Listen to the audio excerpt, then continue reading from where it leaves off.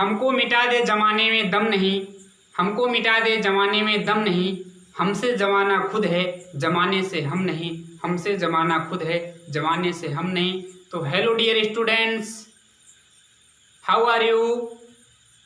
You are fine? If you are fine then I am also fine. तो देखो बच्चों, स्वागत है आप सभी का हमारे सर्वोदय ग्रुप यूट्यूब चैनल में। ठीक है, आज आपको ले चलते हैं, कहाँ ले चलोगे सर? अर्धायु के व्यंजक पर, और लिखा हूँ द्वितीय कोटि की अभिक्रिया के लिए अर्धायु का व्यंजक या द्वितीय कोटि की अभिक्रिया के लिए अर्धायु। ठीक है, अब द्वितीय कोटि की अभिक्रिया की डिफिनीशन और उसके लिए समाकलित वेग समीकरण का निगमन आपको पिछली वीडियो में करके मैं बता दिया था। डिस्क्रिप्शन में जाइएगा, लिंक पर क्लिक करिएगा, आपको वहां से वीडियो मिल जाएगी। ठीक है, तो अब देखो हम एक सूत्र डिराइव किए थे भाई कि K2 इक्वल होता था 1/T, और यहां लिखते थे आप, क्या लिखते थे? 1/ या छोटे ही कोष्टक में लिखे 1/RT, और माइनस लिखते थे 1/R0। T समय K2 द्वितीय कोटि की अभिक्रिया के लिए वेग स्थिरांक, RT T समय पर सांद्रता, R0 इनिशियल कंसंट्रेशन प्रारंभिक सांद्रता। ठीक है, या इस समीकरण को इस कदर लिखा जा सकता है R यहां से जब T की वैल्यू निकालोगे तो T इक्वल क्या हो जाएगा भाई? T बराबर आप लिख सकते हो 1/K2 इन ब्रैकेट 1/RT और माइनस 1/R0। अब देखो भाई, अर्धायु क्या मतलब? आधी जिंदगी बीत गई है, शादी वादी हो गई है, बच्चे हो गए हैं, अब पूरी क्यों नहीं बीत जाती? अब बची वही समय है जिसमें बेटे और बहू द्वारा सताया जाना है, तो पूरी क्यों ना बीत जाए भाई? तो आधी अर्धायु का मतलब हमने बताया था हर कोटि की अभिक्रिया में ऐसी समय जिसमें कोई अभिकारक अपनी प्रारंभिक मात्रा का आधा भाग शेष बचता है, आधा भाग, उसको आप कह देते हैं अर्धायु। वह समय जिसमें कोई अभिकारक अपनी पहली मात्रा का आधा भाग शेष बचता है उसको आप अर्धायु कहते हैं। बखूबी पता है आपको, तो लाजमी है भाई। देखो देखो हम क्या करते हैं कि यदि T हाफ का नोटेशन अर्धायु का, तो T बराबर T हाफ यानी अर्धायु के इक्वल, तो आप बताइए जो RT T समय पर सांद्रता होगी, हर बार मैं आपको बताया हूं प्रारंभिक की आधा यानी R0/2 होगी। ठीक स्टूडेंट, अब इन्हीं मान को यहां रखते हैं, देखो आपको मिलेगा तब देन T हाफ, ये अर्धायु का नोटेशन है, संकेत है, प्रतीक है।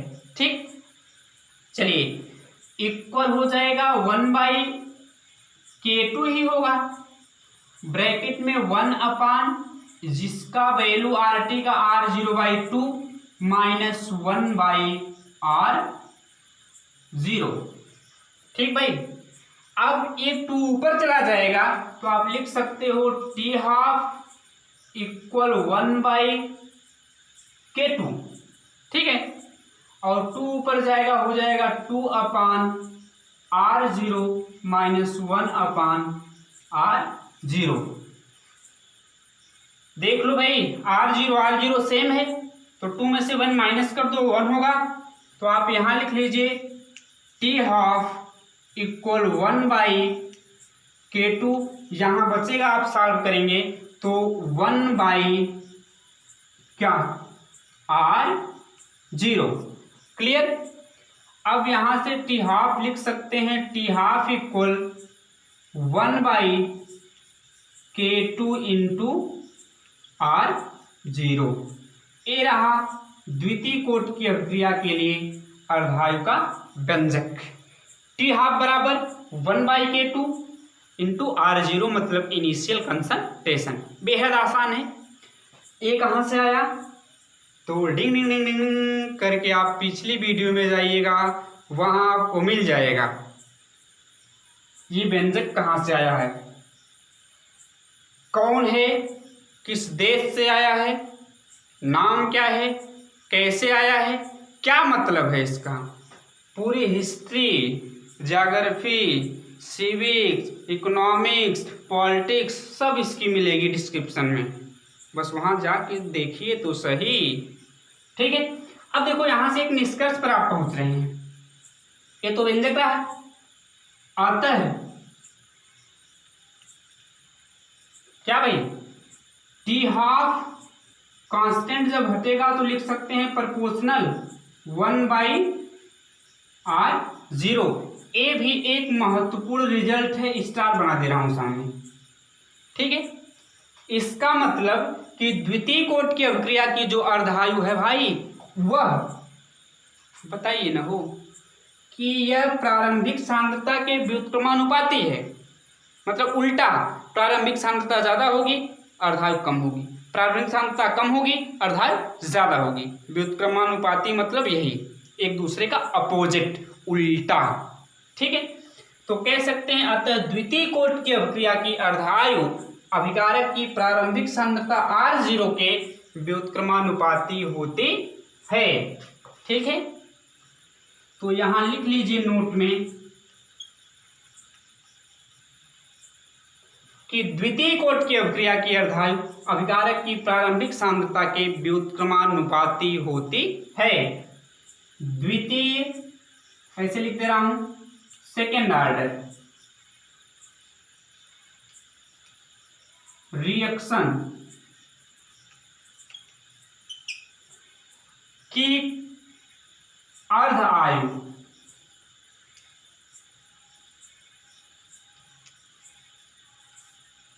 अभिकारक की प्रारंभिक सांद्रता के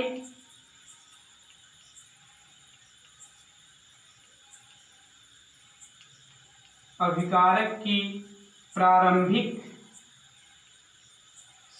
सांद्रता के व्युत्क्रमानुपाती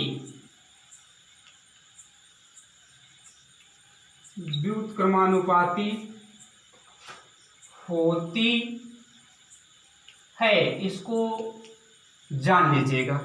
अब आप कहोगे क्या सर जी क्या कर रहे हैं, इसकी अंग्रेजी नहीं आ रही थी क्या आपको? तो ना, बस सुविधा के लिए सेकेंड ऑर्डर रिएक्शन द्वितीय कोट की अभिक्रिया के अर्धायु अभिकारक की प्रारंभिक सांद्रता के व्युत्क्रमानुपाती होती है।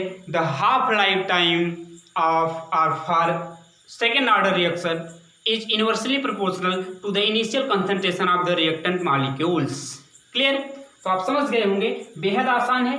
अब आगे के टॉपिक के बारे में हम चर्चा आपसे नेक्स्ट वीडियो में करेंगे, तो जुड़ जाइए हमारे साथ, हर वीडियो देखिए, कॉपी पेन निकाल लीजिए, सुंदर सा नोट्स बनाना शुरू कर दीजिए और सर्वोदय ग्रुप से जुड़ना भी शुरू कर दीजिए बेहतर स्टडी के लिए। तो आज की वीडियो यही समाप्त करते हैं। अब आपसे मिलेंगे नेक्स्ट वीडियो में इससे संबंधित न्यूमेरिकल्स लेकर के। तब तक के लिए बाय बाय स्टूडेंट। कमेंट में ज़रूर बताइएगा वीडियो कैसी लगी। So thanks for watching this video. Bye bye.